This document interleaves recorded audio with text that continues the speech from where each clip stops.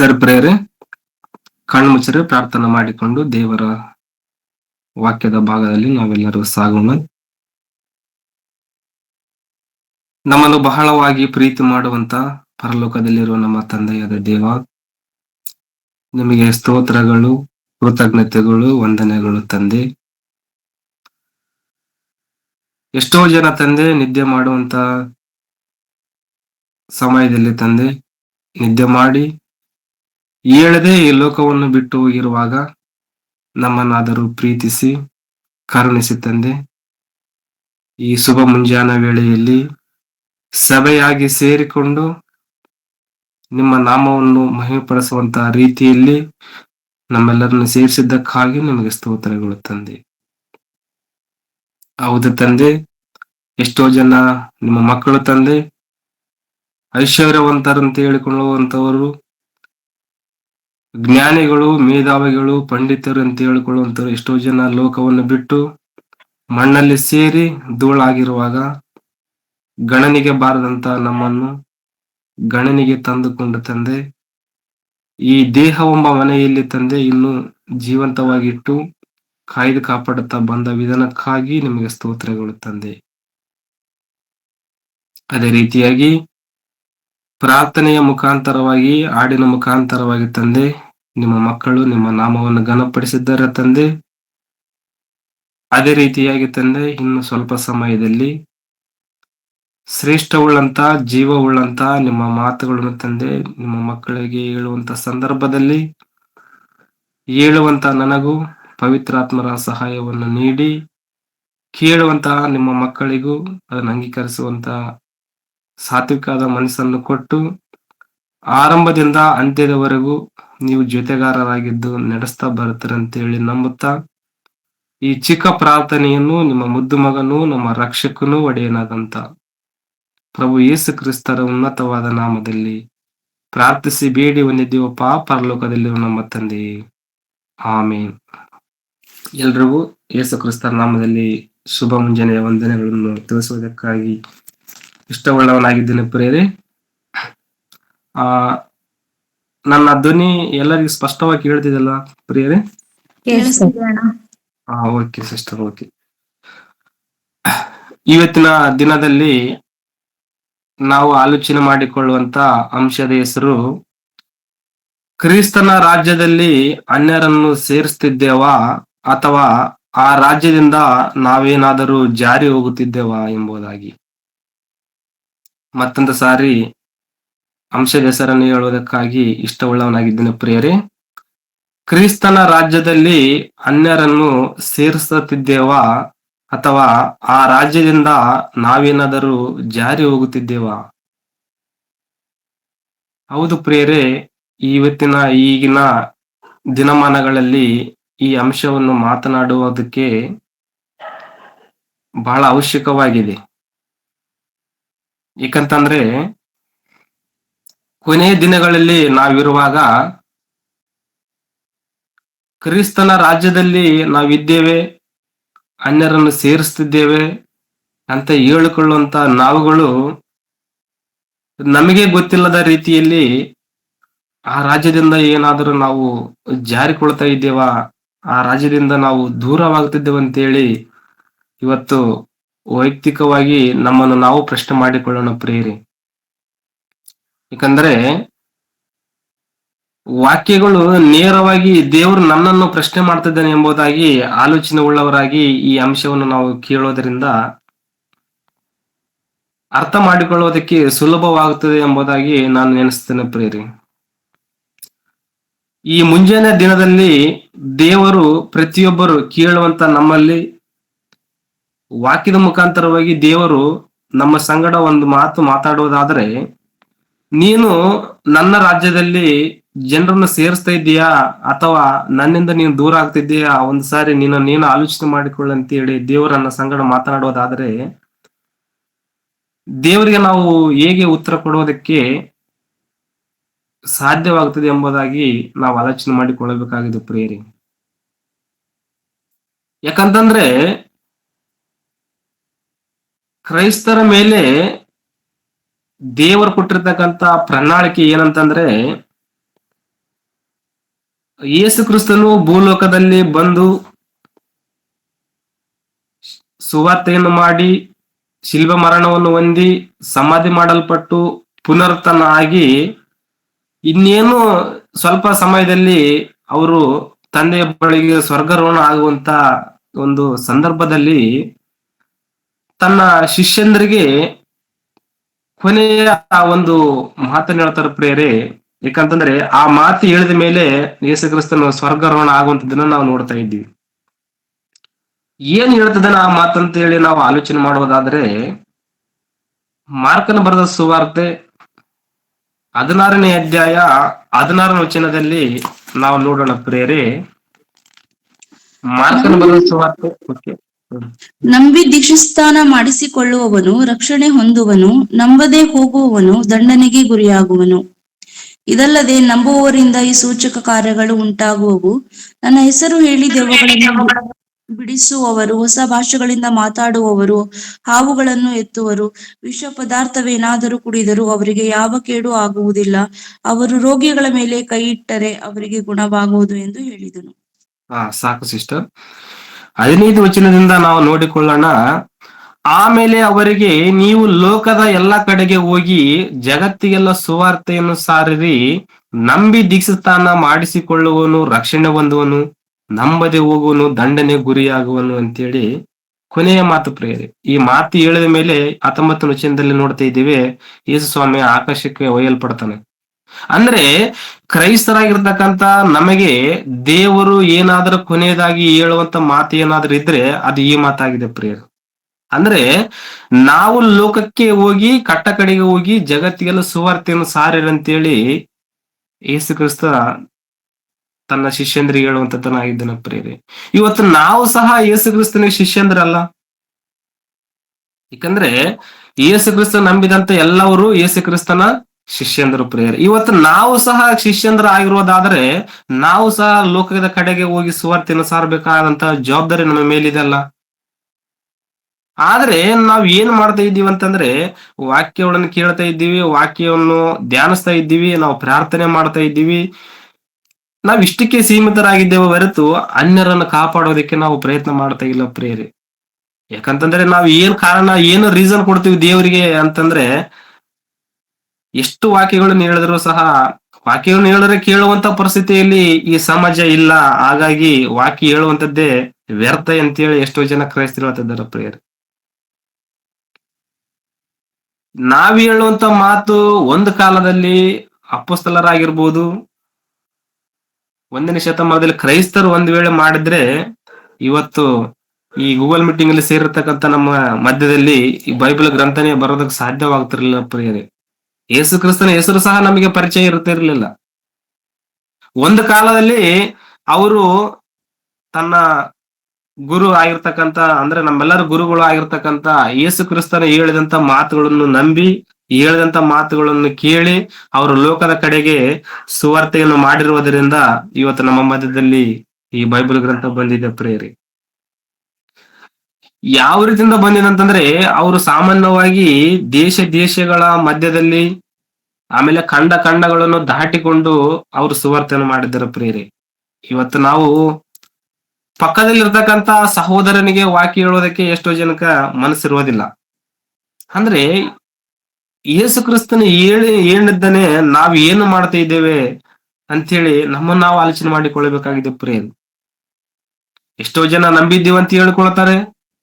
ಯಾಕಂದ್ರೆ 17ನೇ ವಚನದಲ್ಲಿ ನೋಡ್ತಾ ಇದ್ದೀವಲ್ಲ, ಇದಲ್ಲದೆ ನಂಬುವುದರಿಂದ ಈ ಸೂಚಕ ಕಾರ್ಯಗಳು ಉಂಟಾಗುವು, ನನ್ನ ಹೆಸರನ್ನು ಹೇಳಿ ದೆವ್ವಗಳನ್ನು ಬಿಡಿಸುವರು, ಹೊಸ ಭಾಷೆಗಳಿಂದ ಮಾತನಾಡುವರು, ಹಾವುಗಳನ್ನು ಎತ್ತುವರು, ವಿಷ ಪದಾರ್ಥವನ್ನಾದರೂ ಕುಡಿದರೂ ಅವರಿಗೆ ಯಾವ ಕೀಡು ಆಗುವುದಿಲ್ಲ, ಅವರು ರೋಗಿಗಳ ಮೇಲೆ ಕೈ ಇಟ್ಟರೆ ಅವರಿಗೆ ಗುಣವಾಗುವುದು ಎಂದು ಹೇಳಿದನು. ಯಾರಿಗೆ ಹೇಳಿದನು ಪ್ರಿಯರೇ ಅಷ್ಟಕ್ಕೂ? ಅಂದ್ರೆ ಈಗಿನ ಕಾಲದಲ್ಲಿರ್ತಕ್ಕಂಥ ವಿಶ್ವಾಸಿಗಳಾಗಿರ್ಬೋದು, ಬೋಧನೆ ಮಾಡ್ತಕ್ಕಂಥ ಬೋಧಕರಿಗೆ ಆಗಿರ್ಬೋದು ವಾಕ್ಯ ಅರ್ಥ ಆಗಿದೆ ಅಂತೇಳಿ ನೋಡುವುದಾದ್ರೆ ಬಹಳಷ್ಟು ಜನ ವಿಶ್ವಾಸಿಗಳಾಗಿರ್ಬೋದು, ಬೋಧಕರಿಗೆ ಅರ್ಥವಾಗಿಲ್ಲ ಪ್ರಿಯರೇ. ಯಾಕಂದ್ರೆ ಈ ಮಾತು ನಂಬುವುದರಿಂದ, ಅಂದ್ರೆ ಇವಾಗ 1ನೇ ಶತಮಾನದಲ್ಲಿ ಯೇಸು ಕ್ರಿಸ್ತನು ಆ ಹೇಳಿದಂತ ಮಾತುಗಳನ್ನು ಶಿಷ್ಯಂದ್ರು ನಂಬೋದರಿಂದ ಶಿಷ್ಯಂದ್ರಿಗೆ ಮಾಡುವಂತದ್ದು ಈ ಶಿಷ್ಯಂದ್ರು ಏನ್ ಮಾಡ್ತಾರಂತಂದ್ರೆ ದೆವ್ವಗಳನ್ನು ಬಿಡಿಸುವುದಕ್ಕೆ ಹೊಸ ಭಾಷೆಗಳನ್ನ ಮಾತನಾಡುವರು ಅಂತೇಳಿ ವಾಕ್ಯ ಹೇಳ್ತಿದ್ದ ಪ್ರೇರೆ. ಆ ಮಾತು ನೆರವೇರಿದೆ ಆಲ್ರೆಡಿ. ಯಾಕಂದ್ರೆ ಅಪೊಸ್ತಲ ಕೃತ್ಯಗಳಲ್ಲಿ ನೋಡ್ತಾ ಇದೀವಲ್ಲ, ಪಂಚಮ ಶತ ಹಬ್ಬದ ದಿನದಲ್ಲಿ ಹೊಸ ಭಾಷೆಗಳು, ಯಾಕಂದ್ರೆ ಅಲ್ಲಿ ಪೇತ್ರರವರು ಮಾತಾಡುವಂತದ್ದನ್ನ ನಾವು ನೋಡ್ತಾ ಇದ್ದೀವಿ. ಮತ್ತೆ ದೆವ್ವಗಳನ್ನು ಸಹ ಬಿಡಿಸುವಂತ ರೀತಿಯಲ್ಲಿ ನೋಡ್ತಾ ಇದ್ದೀವಿ. ಯಾಕಂದ್ರೆ ಆ ಸಂದರ್ಭದಲ್ಲಿ ರೋಗವನ್ನು ಬಿಡಿಸುವಂತ ಶಕ್ತಿ ಸಹ ಅವರು ಹೊಂದಿದ್ರು ಪ್ರೇರೆ. ಆದರೆ ಈ ಮಾತನ್ನು ಈಗಿನ ಕಾಲದಲ್ಲಿರ್ತಕ್ಕಂಥ ಬೋಧಕರು ಯಾವ ರೀತಿಯಿಂದ ತೆಗೆದುಕೊಂಡು ಬಿಟ್ಟಿದ್ದಾರೆ ಅಂತಂದ್ರೆ, ಯೇಸು ಕ್ರಿಸ್ತನ ನಂಬುವವರು ಎಲ್ಲರೂ ಸೂಚಕ ಕಾರ್ಯಗಳನ್ನು ಮಾಡುವವರು, ಅಂದ್ರೆ ಹೊಸ ಭಾಷೆಗಳನ್ನು ಮಾತಾಡುವರು ಅಂತೇಳಿ ಈ ರೀತಿಯಿಂದ ತಯಾರಾಗಿರುವಂತದ ಒಂದು ಬೋಧಕರನ್ನು ಸಹ ನಾವು ನೋಡ್ತಾ ಇದ್ದೀವಿ ಪ್ರೇರಿ. ಅಂದ್ರೆ ಎಂತೆಂತ ಒಂದು ದುರ್ಬೋಧನೆ ಈ ಪ್ರಪಂಚದಲ್ಲಿ ನಡೀತಾ ಇದೆ ಅಂತಂದ್ರೆ ವಿಚಿತ್ರವಾಗಿ ನಡೀತಿದ್ದಾವೆ ಪ್ರೇರಿ. ಹಾಗಾಗಿ ನಾವೇನು ಮಾಡ್ತಾ ಇದ್ದೀವಿ, ವಾಕ್ಯವನ್ನು ಸರಿಯಾಗಿ ಸತ್ಯ ವಾಕ್ಯವನ್ನು ಕಲಿತಿರ್ತಕ್ಕಂಥ ನಾವ್ ಏನ್ ಮಾಡ್ತಾ ಇದ್ದೀವಿ ಅಂತೇಳಿ ನಾವು ಆಲೋಚನೆ ಮಾಡಿಕೊಳ್ಳುವುದಾದ್ರೆ, ಅದೇ ಅಪೊಸ್ತಲದಂತ ಪೌಲನು ರೋಮಪುರದವರಿಗೆ ಬರೆದ ಪತ್ರಿಕೆಯಲ್ಲಿ ಒಂದ್ ಮಾತು ಹೇಳ್ತಾನೆ ಪ್ರೇರೆ, ನೋಡಿಕೊಳ್ಳೋಣ.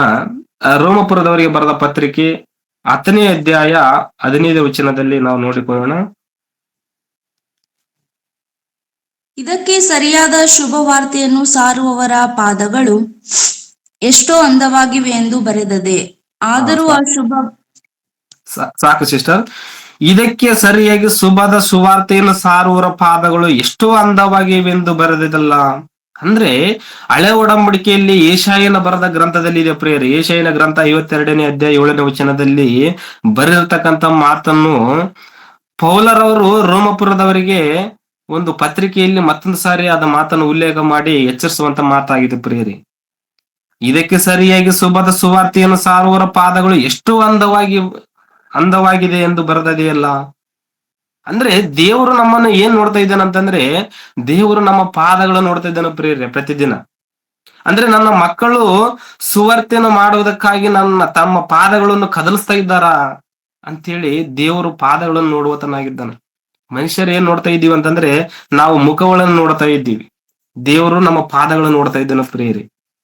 ಆದರೆ ಬೆಳಗ್ಗೆ ಎದ್ದಾಗಿನಿಂದ ಹಿಡಿದು ರಾತ್ರಿ ನಿದ್ದೆ ಮಾಡುವವರೆಗೂ ನಮ್ಮ ಪಾದಗಳು ಯಾವುದಕ್ಕಾಗಿ ಚಲಿಸ್ತಾ ಇದ್ದವು ಅಂತ ನೋಡುವುದಾದ್ರೆ, ಈ ಲೋಕದ ಭೋಗಾಶೆಗಳಿಗೆ ಒಂದು ಸಂಪಾದನೆ ಮಾಡಿಕೊಳ್ಳೋದಕ್ಕಾಗಿ ತವಕ ಪಡ್ತಿದ್ದವು ಪ್ರೇರಿ. ಅಂದ್ರೆ ನಶಿಸಿ ಹೋಗುವಂತ ಸಂಪತ್ತನ್ನು ಸಂಪಾದನೆ ಮಾಡಿಕೊಳ್ಳುವುದಕ್ಕಾಗಿ ನಮ್ಮ ಕಾಲುಗಳು ಆತುರ ಪಡುವುದರಿಂದ ದೇವರಿಗೆ ತುಂಬಾ ಬಾಧೆ ಉಂಟಾಗ್ತದೆ ಪ್ರೇರಿ. ಯಾಕಂದ್ರೆ ಎಷ್ಟು ವಾಕ್ಯಗಳನ್ನು ಕೇಳ್ತಾ ಇದ್ದೀವಿ, ಎಷ್ಟೋ ನೂರಾರು ವಿಡಿಯೋಗಳನ್ನು ನೋಡಿದ್ದೀವಿ, ವಾಕ್ಯಗಳನ್ನು ಓದ್ತಾ ಇದ್ದೀವಿ. ಎಷ್ಟೋ ಜನ ಬೋಧಕರು ನಮಗೆ ಇದ್ದಾಗೆ ರೀತಿಯಲ್ಲಿ ವಾಕ್ಯಗಳನ್ನು ಕಲಿಸಿಕೊಟ್ಟಿರ್ತಕ್ಕಂಥ ವಾಕ್ಯಗಳನ್ನು ನಾವು ಕೇಳ್ತಾ ಇದ್ದೀವಿ ಹೊರತು ನಾವು ಅದನ್ನು ಪಾಲಿಸ್ತಾ ಇದ್ದೀವಿ ಅಂತೇಳಿ ನಾವು ಆಲೋಚನೆ ಮಾಡಿಕೊಳ್ಳಬೇಕಾಗಿದೆ. ಇವತ್ತಿನ ದಿನದಲ್ಲಿ ಏನಾಗಿದೆ ಅಂತಂದ್ರೆ, ನಾವು ಜನರನ್ನು ಸೇರಿಸುವಂತ ಒಂದು ಹೇಳಿಕೊಳ್ಳುವಂತ ನಾವು ಗೊತ್ತಿಲ್ಲದ ರೀತಿಯಲ್ಲಿ ನಾವು ಜಾರಿಕೊಳ್ಳುವಂತ ರೀತಿಯಲ್ಲಿ ಇದ್ದೇವೆ ಅಂತೇಳಿ ಇವತ್ತು ನಾವು ಆಲೋಚನೆ ಮಾಡಿಕೊಳ್ಳಬೇಕಾಗಿದೆ ಪರಿಹರಿ. ಅದಕ್ಕಾಗಿ ಶುಭದ ಸುವಾರ್ತೆಯನ್ನು ಸಾರುವವರ ಪಾದಗಳು.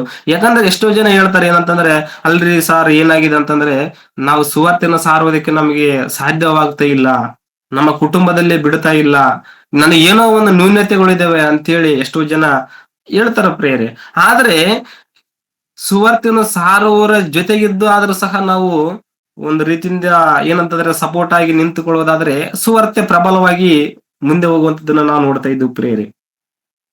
ಯಾಕಂತಂದ್ರೆ ನಾವು ಸುವಾರ್ತೆಯನ್ನು ಯಾವ ರೂಪದಲ್ಲಿ ಬೇಕಾದ್ರೂ ಸುವಾರ್ತೆಯನ್ನು ನಾವು ತಲುಪಿಸಬಹುದಾಗಿದೆ. ಯಾಕಂದ್ರೆ ಈಗಿನ ಕಾಲದಲ್ಲಿ ನಮ್ಮ ಮಧ್ಯದಲ್ಲಿ ಬಹಳಷ್ಟು ತಂತ್ರಜ್ಞಾನ ಮುಂದುವರೆದರಿಂದ ನೋಡಿ, ಯಾಕಂದ್ರೆ ಯೂಟ್ಯೂಬ್ ಮುಖಾಂತರವಾಗಿ ಸಹ ಸತ್ಯ ಸುವಾರ್ತೆ ಹರಡಿಸಬಹುದು ಪ್ರೇರೆ.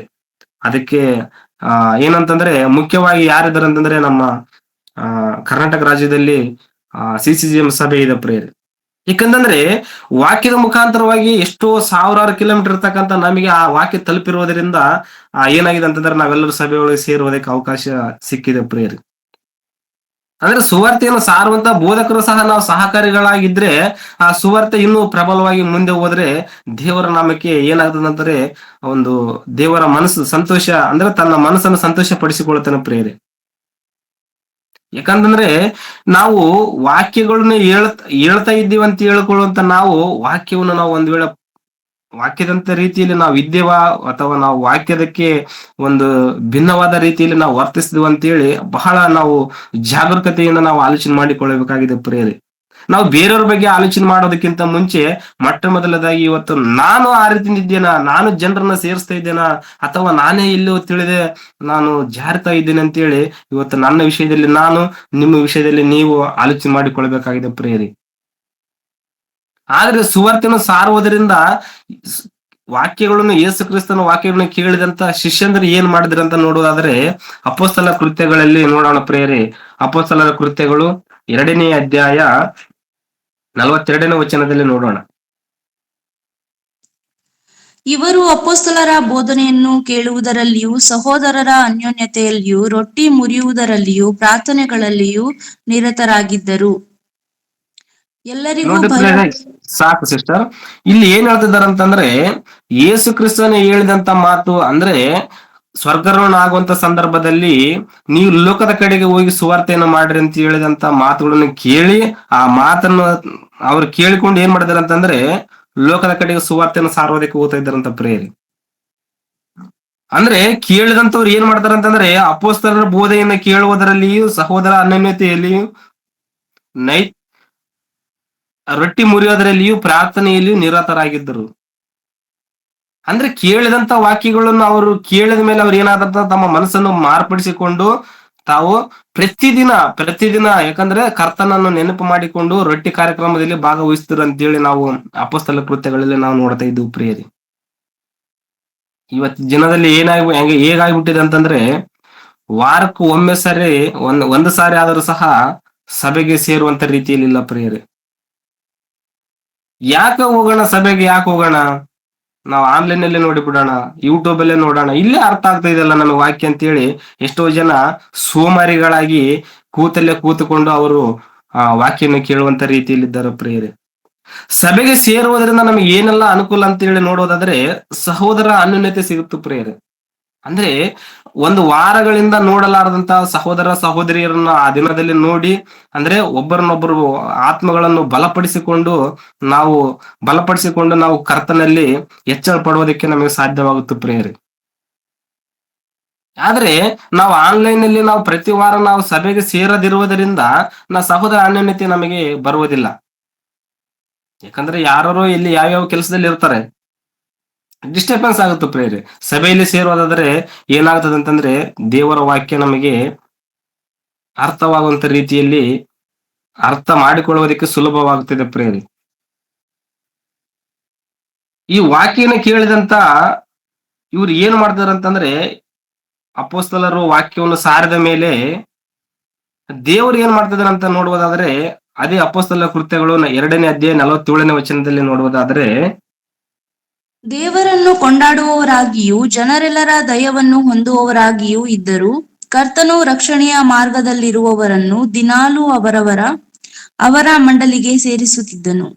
ಅಂದ್ರೆ ಏನ್ ಹೇಳ್ತಿದ್ದಾನಂತಂದ್ರೆ ನೀವು ವಾಕ್ಯವನ್ನು ಕೇಳಿದ ಮೇಲೆ ರಕ್ಷಣೆ ಹೊಂದುವವರನ್ನು ಏನ್ ಮಾಡ್ತಾನಂತಂದ್ರೆ ಕರ್ತನು ರಕ್ಷಣಾ ಮಾರ್ಗದಲ್ಲಿರುವವರನ್ನು ದಿನಾಲು ಅವರ ಮಂಡಲಿಗೆ ಸೇರಿಸಿದನಂತ. ಅಂದ್ರೆ ನೀನು ಮೊದಲು ವಾಕ್ಯವನ್ನು ಹೇಳು, ಆ ವಾಕ್ಯವನ್ನು ಕೇಳಿ ಅವರು ರಕ್ಷಣಾ ಮಾರ್ಗದಲ್ಲಿ ನಾನು ಕರೆದುಕೊಂಡು ಬರ್ತೀನಿ, ನಾ ಸಭೆಗೆ ಸೇರಿಸ್ತೇನೆ ಅಂತೇಳಿ ದೇವರು ಹೇಳುವಂತ ರೀತಿಯಲ್ಲಿ ವಾಕ್ಯವನ್ನು ನಾವು ನೋಡ್ತಾ ಇದ್ದೀವಿ ಪ್ರಿಯರೇ. ಅಂದ್ರೆ ನಾವು ಮೊದಲನೇದಾಗಿ ಏನ್ ಮಾಡ್ಬೇಕಂತಂದ್ರೆ ಮೊದಲು ದೇವರ ವಾಕ್ಯವನ್ನು ಹೇಳ್ಬೇಕಾಗಿದೆ. ಯಾಕಂದ್ರೆ ಇವತ್ತು ನಾವು ಏನಾಗಿದ್ವಿ ಅಂದ್ರೆ ಒಂದು ಕಾಲದಲ್ಲಿ ಕತ್ತಲಲ್ಲಿದ್ದೇವೆ, ಪಾಪದಲ್ಲಿದ್ದೇವೆ. ನಮಗೆ ಹೇಗೆ ಬಂತಂತಂದ್ರೆ ಯಾರೋ ಒಬ್ಬ ಬೋಧಕರು ನಮಗೆ ಬಂದ ಕೇಸ್ ಏನ್ ಮಾಡಂತಂದ್ರೆ ವಾಕ್ಯನ ಹೇಳಿರುವುದರಿಂದ, ಆ ವಾಕ್ಯ ನಮ್ಮ ಹೃದಯಕ್ಕೆ ನಾವು ಅಂಗೀಕರಿಸಿರುವುದರಿಂದ ದೇವ್ರು ಏನ್ ಮಾಡಿದ್ದಾನೆ ಅಂತಂದ್ರೆ ನಮ್ಮನ್ನು ಸಭೆ ಒಳಗಡೆ ಸೇರಿಸಿದ್ದಾನೆ ಪ್ರಿಯರೇ. ಇವತ್ತು ನಮ್ಮ ಭಾರ ಏನಿದೆ ಅಂತಂದ್ರೆ, ನಮ್ಮ ಬಾಧ್ಯತೆ ಏನದ ಅಂತಂದ್ರೆ ನಾವು ಸುವಾರ್ತೆನ ಮಾಡುವಂತದ್ದಾಗಿದೆ. ಸುವಾರ್ತೆನ ಮಾಡುವುದಾದ್ರೆ ಅವ್ರ ರಕ್ಷಣೆ ಮಾರ್ಗದಲ್ಲಿ ದೇವರು ಕರೆದುಕೊಂಡು ಬರುವಂತದ್ದು ದೇವರಿಗೆ ಬಿಟ್ಟಿರ್ತಕ್ಕಂಥ ವಿಚಾರವಾಗಿದೆ. ಈ ಕೆಲಸವನ್ನು ಮಾಡಂತೇಳಿ ದೇವರು ನಮಗೆ ಕೊಟ್ಟಿರ್ತಕ್ಕಂಥ ಒಂದು ಜವಾಬ್ದಾರಿ ಆಗಿದೆ ಪ್ರಿಯರೇ. ಅದಕ್ಕಾಗಿ ನಾವು ಪ್ರತಿಯೊಬ್ಬರು ನಾವು ಯಾವಾಗ್ಲೂ ನಾವು ಏನಾಗಿರ್ಬೇಕಂತಂದ್ರೆ ಒಂದು ಅನ್ಯರನ್ನು ಕಾಪಾಡುವಂತ ಒಂದು ಆತ್ಮ ಭಾರ ಉಳ್ಳವರಾಗಿ ನಾವು ಇರಬೇಕೆಂಬುದಾಗಿ ಆ ಕರ್ತನು ನಮಗೆ ತಿಳಿಯಪಡಿಸಿದನ ಪ್ರಿಯರೇ. ಅದಕ್ಕಾಗಿ ಇಂಥ ಒಂದು ಸಭೆಯನ್ನು ಕಟ್ಟುವುದಕ್ಕಾಗಿ ಇಡೀ ನಮ್ಮ ಬೈಬಲ್ ಚರಿತ್ರೆಯಲ್ಲಿ ನೋಡಿರುವ ಹೊಸ ಒಡಂಬಡಿಕೆಯಲ್ಲಿ ಬರುವಾಗ ಅತ್ಯಂತ ಹೆಚ್ಚಾಗಿ ಸುವಾರ್ತೆಯನ್ನು ಮಾಡಿದಂತ ಭಕ್ತರು ಯಾರಾಗಿದ್ರೆ ಅದು ಅಪೊಸ್ತಲರಂತ ಪೌಲರಾಗಿದ್ದಾರೆ ಪ್ರಿಯರೇ. ಆ ಪೌಲರವರು ಒಂದು ಮಾತು ಹೇಳ್ತಾರೆ ಪ್ರಿಯರೇ, ಆ ಮಾತನ್ನು ಸಹ ನಾವು ನೋಡಿಕೊಳ್ಳೋಣ. ಕೊರಿಂಥದವರಿಗೆ ಬರೆದ ಮೊದಲನೇ ಪತ್ರಿಕೆ 9ನೇ ಅಧ್ಯಾಯ 16ನೇ ವಚನದಲ್ಲಿ ನೋಡೋಣ. ನಾನು ಸುವಾರ್ತೆಯನ್ನು ಸಾರಿದರೂ ಹೊಗಳಿಕೊಳ್ಳುವುದಕ್ಕೆ ನನಗೇನೂ ಆಸ್ಪದವಿಲ್ಲ. ಸಾರಲೇಬೇಕೆಂಬ ನಿರ್ಬಂಧ ನನಗುಂಟು. ಸಾರದಿದ್ದರೆ ನನ್ನ ಗತಿಯನ್ನು ಏನು ಹೇಳಲಿ? ನಾನು ಸಾಕು ಸ್ವಂತ ಸರ್. ಇಲ್ಲಿ ಏನ್ ಹೇಳ್ತಿದ್ದಾರೆ ಅಂತಂದ್ರೆ, ಕೊರಿಂಥ ಸಭೆಗೆ ಪೌಲರವರು ಹೇಳುವಂತ ಮಾತಾಗಿದೆ ಪ್ರಿಯರೇ, ನಾನು ಸುವಾರ್ತೆಯನ್ನು ಸಾರಿದರೂ ಹೊಗಳಿಕೊಳ್ಳುವುದಕ್ಕೆ ನನಗೇನು ಆಸ್ಪದವಿಲ್ಲ. ಸಾರಲೇಬೇಕೆಂಬ ನಿರ್ಬಂಧ ನನಗುಂಟು. ಸಾರದಿದ್ದರೆ ನನ್ನ ಗತಿಯನ್ನು ಏನು ಹೇಳಲಿ ಅಂತೇಳಿ ಪೌಲರವರು ತನ್ನನ್ನು ಕುರಿತು ತಾವು ಹೇಳ್ಕೊಳ್ತಿದ್ದಾರೆ ಪ್ರಿಯರೇ. ಬ್ರದರ್ ವಚನ ಕೊರಿಂಥದವರಿಗೆ ಬರೆದ ಮೊದಲನೇ ಪತ್ರಿಕೆ 9ನೇ ಅಧ್ಯಾಯ 16ನೇ ವಚನ ಬ್ರದರ್. ನಾನು ಸುವಾರ್ತೆಯನ್ನು ಸಾರಿದರೂ ಹೊಗಳಿಕೊಳ್ಳೋದಕ್ಕೆ ನನಗೇನು ಆಸ್ಪದವಿಲ್ಲ. ಸಾರಲೇಬೇಕೆಂಬ ನಿರ್ಬಂಧವು ನನಗುಂಟಂತೇಳಿ ಸಾರಲೇಬೇಕಂತೇಳಿ ಹೇಳ್ತಾ ಇದ್ದಾನೆ ಪೌಲರವರು. ಸಾರದಿದ್ರೆ ನನ್ನ ಗತಿಯನ್ನು ಏನು ಹೇಳಿಕೊಳ್ಳಲಿ ಅಂದ್ರೆ, ಅಷ್ಟೊಂದು ಸಭೆಯನ್ನು ಕಟ್ಟಿರ್ತಕ್ಕಂತ ಪೌಲರವರೇ ಆ ಮಾತಾಡಿರುವಾಗ ಇವತ್ತು ನಾವು ಏನು ಹೇಳೋದಕ್ಕೆ ಸಾಧ್ಯ ಆಗುತ್ತೆ ಪ್ರಿಯರಿ? ಒಬ್ರನೋ ಇಬ್ಬರನೋ ನಾವು ಸಭೆಗೆ ಕರ್ಕೊಂಡು ಬಂದಿರ್ತೀವಿ, ಹೆಚ್ಚಾಗಿ ನಾವು ಹೊಗಳ್ಕೊಳ್ತಿರ್ತೀವಿ. ಏನಂತಂದ್ರೆ, ಇವ್ರನ್ನ ನಾನು ಕರ್ಕೊಂಡು ಬಂದೆ, ನಾನು ಸುವಾರ್ತೆನ ಇವ್ರಿಗೆ ಹೇಳಿದೆ, ಅದಕ್ಕಾಗಿ ಇವ್ರು ಇಂಥ ಉನ್ನತ ರೀತಿಯಲ್ಲಿ ಬೆಳೆದಿದ್ದಾರೆ, ಇವ್ರಿಗೆ ನಾನು ವಾಕ್ಯವನ್ನು ಹೇಳಿದೆ, ನನ್ನಿಂದನೇ ಇವ್ರು ಉದ್ಧಾರ ಆದ್ರ ಅಂತೇಳಿ ಎಷ್ಟೋ ಜನ ವಿಶ್ವಾಸಿಗಳಲ್ಲಿ ಕೊಚ್ಚಿಕೊಳ್ಳುವರಿದ್ದಾರೆ, ಎಷ್ಟೋ ಜನ ಬೋಧಕರು ಸಹ ಕೊಚ್ಚಿಕೊಳ್ಳುವಂತ ರೀತಿಯಲ್ಲಿ ಈಗಿನ ಕಾಲದಲ್ಲಿ ಇದ್ದಾರೆ ಪ್ರಿಯರೇ. ಅಂದ್ರೆ ಹೊಗಳಿಕೊಳ್ಳುವುದಕ್ಕೆ ನನಗೆ ಏನು ಆಸ್ಪದವಿಲ್ಲ ಅಂತೇಳಿ ಪೌಲರವರು ಹೇಳಿರುವಾಗ ಇವತ್ತು ನಾವೇನ್ ಮಾಡ್ತೇವೆ ಅಂತಂದ್ರೆ ಹೊಗಳ್ಕೊಳ್ತಾ ಇದ್ದೇವೆ. ನನ್ನಿಂದನೇ ಇವ್ರು ಕಲ್ತರು ಅಂತೇಳಿ ಎಷ್ಟೋ ಜನ ಹೇಳ್ತಾ ಇದ್ದಾರೆ ಪ್ರಿಯರೇ. ಯಾರಿಂದ ಯಾರು ಕಲ್ತಿದ್ದಾರೆ? ಹಾಗೆ ಹೇಳಿಕೊಳ್ಳೋದಕ್ಕೆ ನಮಗೆ ನೈತಿಕತೆ ನಮಗಿದೆ ಅಂತ ನೋಡೋದಾದ್ರೆ ಖಂಡಿತವಾಗಿ ನೈತಿಕತೆ ಇಲ್ಲ ಪ್ರಿಯರೇ. ಒಂದ್ ವೇಳೆ ನನ್ನಿಂದನೇ ಅವ್ರ ವಾಕ್ಯವನ್ನು ಕಲ್ತರ ಅಂತೇಳಿ ನಾವು ಒಂದ್ ವೇಳೆ ಸಮರ್ಥಿಸಿಕೊಳ್ಳುವುದಾದ್ರೆ ನಮಗೂ ಒಬ್ರು ವಾಕ್ಯವನ್ನು ಕಲಿಸಿಕೊಟ್ಟವ್ರು ಇರ್ಬೇಕಲ್ಲ. ಅಂದ್ರೆ ಅವ್ರಕ್ಕಿಂತ ನಾವು ಕೆಳಗಡೆ ಆಗ್ತೀವಲ್ಲ, ಇಲ್ಲಿ ನಾವು ಹೆಚ್ಚಿಸಿಕೊಳ್ತಾ ಇದ್ದೀವಿ. ಅಂದ್ರೆ ನಾನಕ್ಕಿಂತ ಅವ್ರು ಕಡಿಮೆ, ಅವ್ರಿಗೆ ವಾಕ್ಯ ಹೇಳಿದಂತ ನಾನೇ ದೊಡ್ಡತನ ಅಂತೇಳಿ ಒಂದ್ ವೇಳೆ ನಾನು ನೆನೆಸೋದಾದ್ರೆ, ನನಗೂ ವಾಕ್ಯವನ್ನು ಹೇಳಿದಂತ ಬೋಧಕರು ಇದ್ದಾರಲ್ಲ, ಅವ್ರು ನನಗಿಂತ ಉನ್ನತವಾಗಿ ಇದ್ದಾರಲ್ಲ. ಅಂದ್ರೆ ಹೊಗಳಿಕೊಳ್ಳುವುದಕ್ಕೆ ಏನಾದ್ರೂ ನಮ್ಮ ನೈತಿಕತೆ ಇದೆ ಅಂತೇಳಿ ನೋಡೋದಾದ್ರೆ ಖಂಡಿತವಾಗಿಲ್ಲ ಪ್ರಿಯರೇ. ಯಾಕಂದ್ರೆ ಪೌಲರವರು ಹೇಳ್ತಾ ಇದ್ದಾರೆ, ನನಗೇನು ಆಸ್ಪದ ಇಲ್ಲ ಅಂತೇಳಿ ಹೇಳ್ತಾ ಇದ್ದಾನೆ. ಅಂದ್ರೆ ನಾನು ಸಾರ್ತಿದ್ದಾನೆ ಅಷ್ಟೇ, ನನ್ನ ಕೆಲಸವನ್ನು ನಾನು ಮಾಡ್ತಾ ಇದ್ದೇನೆ, ನನಗೆ ಏನು ಆಸ್ಪದ ಇಲ್ಲ ಹೊಗಳಿಕೊಳ್ಳುವುದಕ್ಕೆ ಅಂತೇಳಿ ಪೌಲರು ಹೇಳ್ತಿರುವಾಗ ಇವತ್ತು ನಮ್ಮ ಬಾಯಲ್ಲಿ, ವಿಶ್ವಾಸಿಗಳ ಬಾಯಲ್ಲಿ ಆಗಿರ್ಬೋದು, ಬೋಧಕರ ಬಾಯಲ್ಲಿ ಆಗಿರ್ಬೋದು, ಯಾವ ರೀತಿಯಿಂದ ಮಾತು ಬರ್ತಿದೆ ನೋಡಿ ಪ್ರಿಯರೇ, ಭಿನ್ನವಾದ ರೀತಿಯಲ್ಲಿ ಬರ್ತಾ ಇದೆ. ಸಾರಲೇಬೇಕು, ಸಾರದಿದ್ದರೆ ನನ್ನ ಗತಿಯನ್ನು ಏನು ಹೇಳಿಕೊಳ್ಳಲಿ ಅಂತ ಹೇಳ್ತಿದ್ದಾನೆ. ಇವತ್ತು ಸುವಾರ್ತೆಯನ್ನು ನಾವು ಸಾರ್ತಾ ಇದ್ದೇವ? ಸುವಾರ್ತೆಯನ್ನು ಸಾರುವಂತ ಬೋಧಕರಿಗೆ ನಾವು ಸಹಕಾರಿಗಳಾಗಿ ನಿಂತಿದ್ದೇವ? ಒಂದು ಸಲ ಆಲೋಚನೆ ಮಾಡಿಕೊಳ್ಳಬೇಕಾಗಿದೆ ಪ್ರಿಯರೇ ನಾವೆಲ್ಲರೂ. ಅದಕ್ಕೆ ಮತ್ತೊಂದು ಮಾತನ್ನು ನೋಡಿಕೊಳ್ಳೋಣ ಪ್ರಿಯರೇ. ಕೊರಿಂಥದವರಿಗೆ ಬರೆದ ಮೊದಲನೇ ಪತ್ರಿಕೆಯಲ್ಲಿ 9ನೇ ಅಧ್ಯಾಯ 27ನೇ ವಚನದಲ್ಲಿ, ಅಣ್ಣ ಎಷ್ಟು 9? 27 ಸಿಸ್ಟರ್. ಇತರರನ್ನು ಹೋರಾಟಕ್ಕೆ ಕರೆದ ಮೇಲೆ ನಾನೇ ಅಯೋಗ್ಯ ನೆನೆಸಿಕೊಂಡೇನೋ ಎಂಬ ಭಯದಿಂದ ನನ್ನ ಮೈಯನ್ನು ಜಜ್ಜಿ ಸ್ವಾಧೀನಪಡಿಸಿಕೊಳ್ಳುತ್ತೇನೆ. ಸಾಕು ಸಿಸ್ಟರ್. ಇಲ್ಲಿ ಏನ್ ಹೇಳ್ತಿದ್ದಾರೆ ಅಂತಂದ್ರೆ, ಇತರರನ್ನು ಹೋರಾಟಕ್ಕೆ ಕರೆದ ಮೇಲೆ ನಾನೇ ಅಯೋಗ್ಯ ನೆನೆಸಿಕೊಂಡೇನೋ ಎಂಬ ಭಯದಿಂದ ನನ್ನ ಮೈಯನ್ನು ಜಜ್ಜಿ ಸ್ವಾಧೀನಪಡಿಸಿಕೊಳ್ಳುತ್ತೇನೆ. ಪೌಲರವರು ತನ್ನ ಬಗ್ಗೆ ತಾನು ಹೇಳ್ತಾ ಇದ್ದಾರೆ ಪ್ರಿಯರೇ. ಅಂದ್ರೆ ಇತರರನ್ನು ಹೋರಾಟಕ್ಕೆ ಕರೆದಂತ ನಾನು, ಅನ್ಯರನ್ನು ಸಭೆಗೆ ಸೇರಿಸಿದಂತ ನಾನು, ಒಂದು ವೇಳೆ ನಾನೇ ಸಭೆಯಿಂದ ಜಾರಿ ಹೋಗುತ್ತೀನೇನೋ ಅಂತ ಒಂದು ಭಯದಿಂದ ತನ್ನ ಮೈಯನ್ನು ಜಜ್ಜಿ ಸ್ವಾಧೀನಪಡಿಸಿಕೊಳ್ತೇನೆ ಅಂತೇಳಿ ಹೇಳ್ತಾ ಇದ್ದಾನೆ ಪ್ರಿಯರೇ. ಇವತ್ತು ನಾವ್ ಹೇಗಿದ್ದೇವೆ ಅಂತಂದ್ರೆ, ಆರಂಭದಲ್ಲೇನೋ ನಾವು ಭಕ್ತರಾಗಿ ಕಾಣ್ತಾ ಇದ್ದೇವೆ, ಆರಂಭದಲ್ಲೇನೋ ಉನ್ನತರಾಗಿ ಕಾಣ್ತಾ ಇದ್ದೇವೆ. ಸ್ವಲ್ಪ ಜನ ನಾವು ಸಭೆಗೆ ಕರೆದುಕೊಂಡು ಬಂದಿರ್ತೀವಿ. ಸ್ವಲ್ಪ ದಿನ ಆದಾಗ ಏನಾಗಿರುತ್ತೆ ಅಂತಂದ್ರೆ ನಾವೇ ಅಯೋಗ್ಯರಾಗಿ ಕಾಣ್ತಿರ್ತೀವಿ, ಅವರೇ ಉನ್ನತವಾಗಿ ಬೆಳಿತಿರ್ತಾರ ಪ್ರಿಯರೇ. ಯಾಕೆ ನಾವು ಅಯೋಗ್ಯರಾಗಿ ಕಾಣ್ತಿರ್ತೀವಿ ಅಂತಂದ್ರೆ ನಮಗೆ ಗೊತ್ತಿಲ್ಲ ತರ ನಾವು ಹೆಚ್ಚಿಸ್ಕೊಳ್ತಿರ್ತೀವಿ. ಇಷ್ಟು ಜನನು ನಾನು ಕರ್ಕೊಂಬಂದಲ್ಲ, ನಾನು ಶ್ರೇಷ್ಠನು ಅನ್ನುವಂತ ಒಂದು ಭ್ರಮೆಯಲ್ಲಿ ಇರುವುದಾದ್ರೆ ನಮಕ್ಕಿಂತ ಅವರು ಭಕ್ತಿಯಲ್ಲಿ ಮತ್ತೆ ಅವರು ನೀತಿಯಲ್ಲಿ ಹೆಚ್ಚಾಗುವಂತ ರೀತಿಯಲ್ಲಿ ನಾವು ನೋಡ್ತಾ ಇದ್ದೀವಿ ಪ್ರಿಯರು. ಇವತ್ತು ನೋಡ್ರಿ ಎಷ್ಟು ವಾಕ್ಯಗಳನ್ನು, ಸತ್ಯ ವಾಕ್ಯಗಳನ್ನು ಇದ್ದದ್ದು ಇದ್ದಾಗಿ ಹೇಳುವಂತವರಾಗಿರ್ಬೋದು, ಕೇಳಿದಂತವರಾಗಿರ್ಬೋದು, ಸಭೆಯಿಂದ ತಪ್ಪಿ ಹೋದರೆ ನಮ್ಮ ಕಣ್ಣು ಮುಂದೆ ಇದ್ದಾರಲ್ಲ. ಯಾಕೆ ತಪ್ಪು ಹೋಗಿದ್ದಾರೆ ಅಂತಂದ್ರೆ ಅವರು ಹೊಗಳಿಕೊಂಡಿದ್ದಾರೆ. ನನಗೆಲ್ಲಾ ಗೊತ್ತು, ನನಗೆ ವಾಕ್ಯನ ಎಲ್ಲ ಸಂಪೂರ್ಣವಾಗಿ ನನಗೆ ಗೊತ್ತಿರುವುದರಿಂದ, ನಾನು ಸಭೆಯನ್ನು ಕಟ್ಟಿರುವುದರಿಂದ, ನಾನೇ ಎಲ್ಲದಕ್ಕಂತ ಹೇಳಿ ಅವ್ರು ಹೆಚ್ಚಿಸಿಕೊಂಡಿರುವುದರಿಂದ ಅವರು ಸಭೆಯಿಂದ ಜಾರಿ ಹೋಗಿದ್ದಾರೆ ಪ್ರಿಯರೇ. ಪೌಲರವರು ಹೇಳ್ತಾರೆ, ಹೋರಾಟಕ್ಕೆ ಕರೆದಂತ ನಾನು ಅಯೋಗ್ಯ ನೆನೆಸಿಕೊಂಡೇನೇನು, ದೇವರ ದೃಷ್ಟಿಯಲ್ಲಿ ಅಯೋಗ್ಯ ನೆನೆಸಿಕೊಂಡೇನೆ ಎಂಬ ಭಯದಿಂದ ಅವರ ಮೈಯನ್ನು ಜಜ್ಜಿಕೊಳ್ಳುತ್ತಿದ್ದರಂತ ಪ್ರಿಯರೇ. ಅಂದ್ರೆ ತಮ್ಮ ಸರ್ವ ಇಂದ್ರಿಯಗಳನ್ನು ಹತೋಟಿ ತರುವುದಕ್ಕೆ ಪ್ರಯತ್ನ ಮಾಡ್ತಾ ಇದ್ದಾರೆ ಪ್ರಿಯರೇ. ಇವತ್ತು ವಾಕ್ಯವನ್ನು ಕೇಳುವುದಕ್ಕೆ ಕರೆದುಕೊಂಡು ಬಂದಿರತಕ್ಕಂಥ ನಾವು ನಮ್ಮ ಮೈಯನ್ನು ಜಜ್ಜಿಕೊಳ್ತಾ ಇದ್ದೇವಾ, ಅಥವಾ ಇಷ್ಟಾನುಸಾರವಾಗಿ ನಮ್ಮ ಅವಯವಗಳನ್ನು ಬಳಸ್ತಾ ಇದ್ದೇವೆ ಅಂತೇಳಿ ನಮ್ಮನ್ನು ನಾವು ಕುರಿತು ಆಲೋಚನೆ ಮಾಡಿಕೊಳ್ಳಬೇಕಾಗಿದೆ ಪ್ರಿಯರೇ.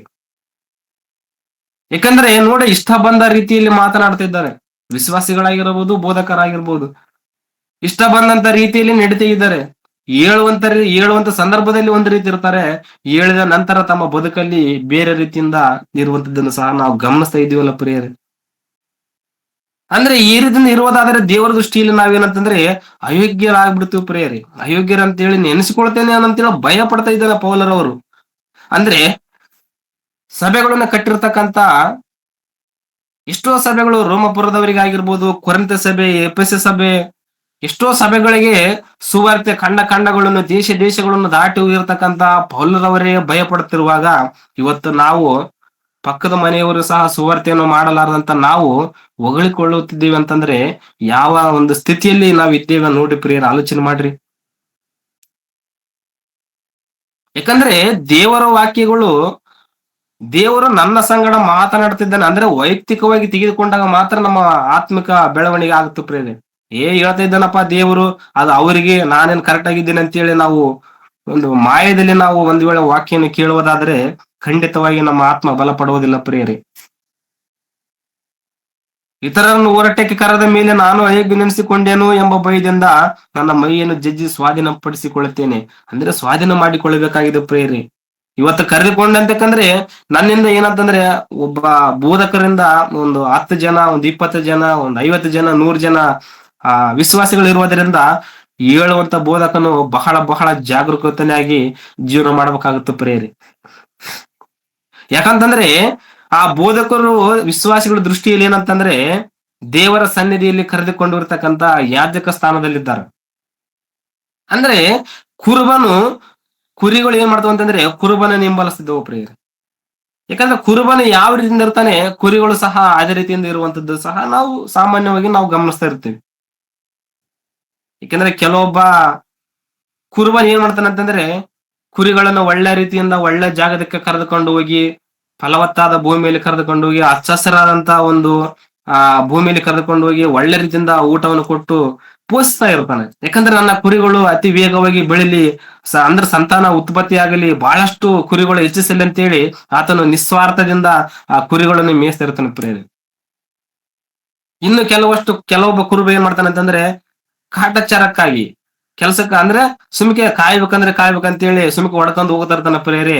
ಅವು ಕೆಲವೊಂದು ಮರಡು ಏನಕ್ಕಂದ್ರೆ ಬೆಳೆ ಇಲ್ಲ ಅಂತಂದ್ರೆ ಹಸಿರಿಲ್ಲಿರ್ತಕ್ಕಂತ ಒಂದು ಪ್ರದೇಶದಲ್ಲಿ ಕರ್ಕೊಂಡು ಹೋದಾಗ ಆ ಕುರಿಗಳು ಏನಾಗ್ತಾವ ಅಂತಂದ್ರೆ ಆಹಾರ ಇಲ್ಲದೆ ಬಲಹೀನವಾಗ್ತಾವ ಪ್ರಿಯರೇ. ಅದಕ್ಕಾಗಿ ನಮ್ಮನ್ನು ಪೋಷಿಸುವಂತ ಬೋಧಕರು ಸಹ ಏನಾಗಿರ್ಬೇಕಂತಂದ್ರೆ ಹಚ್ಚಸಿರಾದಂತ ಒಂದು ಅಂದ್ರೆ ಆತ್ಮಿಕವಾದಂತ ಒಂದು ಆಹಾರವನ್ನು ಕೊಟ್ಟು ನಮ್ಮನ್ನು ಪೋಷಿಸಬೇಕಾಗಿದೆ ಪ್ರಿಯರೇ. ಯಾಕಂತಂದ್ರೆ ಎಷ್ಟೋ ಜನ ಬೋಧಕರು ಸಹ ಏನಾಗ್ತದಾರೆ ಅಂತಂದ್ರೆ ಕುರಿಯನ್ನು ಕಾಪಾಡುವ ನೆಪದಲ್ಲಿ ಕುರಿಗಳನ್ನು ಸಹ ತಿನ್ನುವಂತ ರೀತಿಯಲ್ಲಿ ನಿರ್ಮಾಣವಾಗಿಬಿಟ್ಟಿದ್ದಾರೆ ಪ್ರಿಯರೇ. ನೋಡ್ರಿ ಎಂತೆಂತ ಬೋಧಕರು ಸಮಾಜದಲ್ಲಿ ಇದ್ದಾರೆ ಅಂತ ಹೇಳಿ ನಾವು ಬಹಳ ಎಚ್ಚರಿಕೆಯಿಂದ ಇರಬೇಕಾಗಿದೆ ಪ್ರೇರೆ. ಅಂತ ಬೋಧಕರಿಗೋಸ್ಕರ ನಾವು ಪ್ರಾರ್ಥನೆ ಮಾಡೋಣ. ಸಾಧ್ಯವಾದರೆ ಅವರ ತಪ್ಪುಗಳನ್ನು ನಾವು ಹೇಳೋಣ. ತಿದ್ದಿಕೊಂಡ್ರು ಪರವಾಗಿಲ್ಲ, ತಿದ್ದಿಕೊಂಡ್ರು ಪರವಾಗಿಲ್ಲ, ಅದು ದೇವರಿಗೆ ಅವರಿಗೆ ಬಿಟ್ಟಂತ ವಿಚಾರ. ನಮಗೆ ಕೊಟ್ಟಿರ್ತಕ್ಕಂಥ ಬಾಧ್ಯತೆ ಏನು? ವಾಕ್ಯಗಳನ್ನು ಇದ್ದದ್ದು ಇದ್ದಾಗಿ ಹೇಳುವಂತದ್ದನ್ನು ನಾವು ಹೇಳ್ಬೇಕಾಗಿದೆ. ಯಾಕಂದ್ರೆ ಆ ರೀತಿಯಿಂದ ಹೇಳುವುದಾದ್ರೆ ಅವ್ರು ಕೇಳ್ತಾರ ಬಿಡ್ತಾರ ಎರಡನೇ ಪ್ರಶ್ನೆ. ಮೊದಲನೇದಾಗಿ ನಾವು ಅದನ್ನ ಕೇಳಬೇಕು, ಅನುಸರಿಸಬೇಕು, ಅದ್ರ ಪ್ರಕಾರ ಬದುಕಿ ನಾವು ಅವರಿಗೆ ಸಾಧ್ಯವಾದರೆ ಅವರಿಗೆ ಹೇಳ್ಬೇಕಾಗಿದೆ ಪ್ರಿಯರೇ. ಇವತ್ತು ಈ ರೀತಿಯಿಂದ ಇರುವುದಾದ್ರೆ ಕೊನೆಯ ಕಾಲಘಟ್ಟದಲ್ಲಿ ಇದ್ದೀವಿ ಪ್ರಿಯರೇ. ಯಾಕಂದ್ರೆ ಯಾವ ದಿನದಲ್ಲಿ ನಾವು ಯಾರು ಮಾಯ ಹೋಗ್ತೀವೋ ಗೊತ್ತಿಲ್ಲ. ಅಂದ್ರೆ ನಮ್ಮ ಈ ಕ್ರೈಸ್ತತ್ವ ಅಂದ್ರೆ ಕ್ರೈಸ್ತರ ಜೀವಿತ ಎಷ್ಟೋ ವರ್ಷಗಳಿಂದ ದಾಟಿಕೊಂಡು ಹೋಗುತ್ತಾನೆ ಇದೆ. ಕೆಲವಷ್ಟು ಜನ 10 ವರ್ಷದಿಂದ ನಾವು ಕ್ರಿಸ್ತನ್ ನಂಬಿದ್ದೇವೆ, 20 ವರ್ಷದಿಂದ ನಂಬಿದ್ದೇವೆ, 30 ವರ್ಷದಿಂದ ನಂಬಿದ್ದೇವೆ ಅಂತ ಹೇಳ್ತಾ ಇದ್ದಾರೆ ಪ್ರಿಯರೇ. ಆದರೆ ಅವರ ಆಯುಷ್ ಕಾಲ ಮುಗಿತಾ ಬರ್ತಾ ಇದೆ, ಆದ್ರೆ ಅವರ ಬದುಕುಗಳು ಮಾತ್ರ ಬದಲಾಗ್ತಾ ಇಲ್ಲ. ಅಂದ್ರೆ ಯಾವಾಗ ಬದುಕುಗಳನ್ನು ಬದಲಾವಣೆ ಮಾಡಿಕೊಳ್ಳೋದು? ಯಾಕಂದ್ರೆ ಸಾವಿನ ದಿನ ಹತ್ತಿರ ಬಂದಾಗಲೂ ಸಹ ನಾವು ಇನ್ನು ತಿದ್ದುಕೊಂಡಿಲ್ಲ ಅಂತಂದ್ರೆ ನಮ್ಮ ಒಂದು ಅಂತ್ಯ ವ್ಯವಸ್ಥೆ ಬಹಳ ಕಠಿಣವಾಗಿರುತ್ತೆ ಪ್ರಿಯರೇ. ಯಾಕಂತಂದ್ರೆ ದೇವರು ನಮ್ಮನ್ನ ಇಲ್ಲಿವರೆಗೂ ಕಾಯ್ದು ಕಾಪಾಡ್ತಾ ಬಂದಿದ್ದಾನಂತಂದ್ರೆ ನಾವು ಒಳ್ಳೆಯವರಂತಾನ? ಎಷ್ಟೋ ಜನ ಮರಣ ಹೊಂದಿದ್ದಾರಲ್ಲ. ಆದ್ರೆ ನಮ್ಮನ್ನು ಪ್ರೀತಿಸಿ ಕರುಣಿಸಿ ನಮ್ಮ ಬದುಕುಗಳನ್ನು ಸರಿಪಡಿಸಿಕೊಳ್ಳುವುದಕ್ಕೆ ದೇವರು ಕೊಟ್ಟಿರ್ತಕ್ಕಂಥ ಒಂದು ಭಿಕ್ಷೆ ಆಗಿದೆ ಪ್ರಿಯರೇ. ದೇವರು ನಮಗೆ ಒಂದು ಅವಕಾಶವನ್ನು ಕೊಟ್ಟಿದ್ದಾನೆ. ಆ ಅವಕಾಶವನ್ನು ನಾವು ಸದುಪಯೋಗ ಪಡಿಸಿಕೊಳ್ಳುತ್ತಿದ್ದೇವ ಅಥವಾ ದುರುಪಯೋಗ ಪಡಿಸಿಕೊಳ್ಳುತ್ತಿದ್ದೇವ? ಇವತ್ತು ನಾವು ಆಲೋಚನೆ ಮಾಡಿಕೊಳ್ಳಬೇಕಾಗಿದೆ ಪ್ರಿಯರೇ. ಮತ್ತೊಂದು ವಚನವನ್ನು ನಾವು ನೋಡೋದಾದ್ರೆ ಕೊರಿಂಥದವರಿಗೆ ಬರೆದ 2ನೇ ಪತ್ರಿಕೆಯಲ್ಲಿ 13ನೇ ಅಧ್ಯಾಯ 5ನೇ ವಚನ ನೋಡಿಕೊಳ್ಳೋಣ ಪ್ರಿಯರೇ.